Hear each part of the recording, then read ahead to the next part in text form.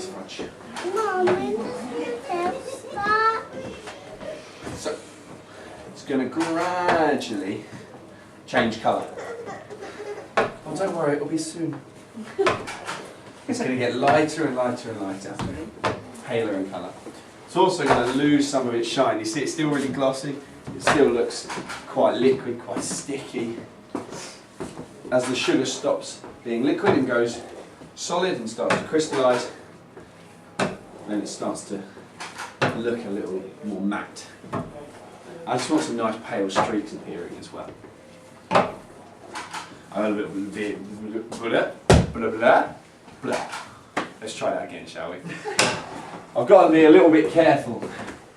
It's very easy to stop doing this too soon. If you stop mixing it like this too soon, then you'll end up with a grainy fudge.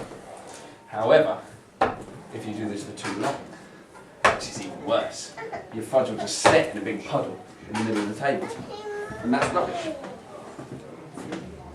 I'm suddenly very nervous because you're filming me. Right? It's terrifying. I feel like as there's a camera on me, I should sort of It's going to be on dignity. Facebook.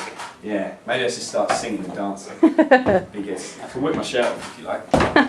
It's not very nice. That was a very nervous giggle. Yeah, how about you don't do that? That's, yeah.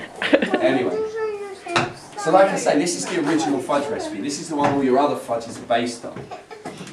And like I say, it comes from Mackinac Island. It's from the 1830s, this recipe. And it's actually a derivation of toffee. So what happened was, back in the 1830s, there was this lady in Mackinac Island called Gladys. I don't know what she was called, I have absolutely no idea. Gladys isn't a very American name actually, is it? Like Beyonce, yeah. Back in the 1830s. Beyonce was... that seems weird actually, is it? Like now I'm thinking of Beyonce and like hot strawberry fudge. So let's go back to Gladys. Let's go back to Gladys and keep it clean. Gladys, right, was trying to make toffee. Now the general rule with all your sugar products, your confectionery, your fudge, your fondant, your toffee, your whatever, is that although they're all made of sugar and fat, they've all gone to slightly different temperatures. And it's temperature that determines what your product will be.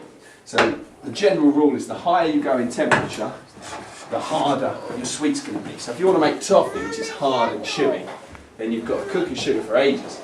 If you want to make boiled sweets, they're essentially just glass, like when lightning hits sand, you know. Cook it forever. Cook it till all the fire alarms go off. Now if you want to make something softer like fudge, you don't cook your sugar for as long. Right, so Gladys, yeah, boiled up her sugar to make toffee, because she was trying to make toffee, but she didn't cook her sugar for long enough. So she got something different, something softer and creamier. And not knowing what she'd done, she said to herself, "Oh Gladys, you've like totally fudged it." And that's why this stuff is called fudge.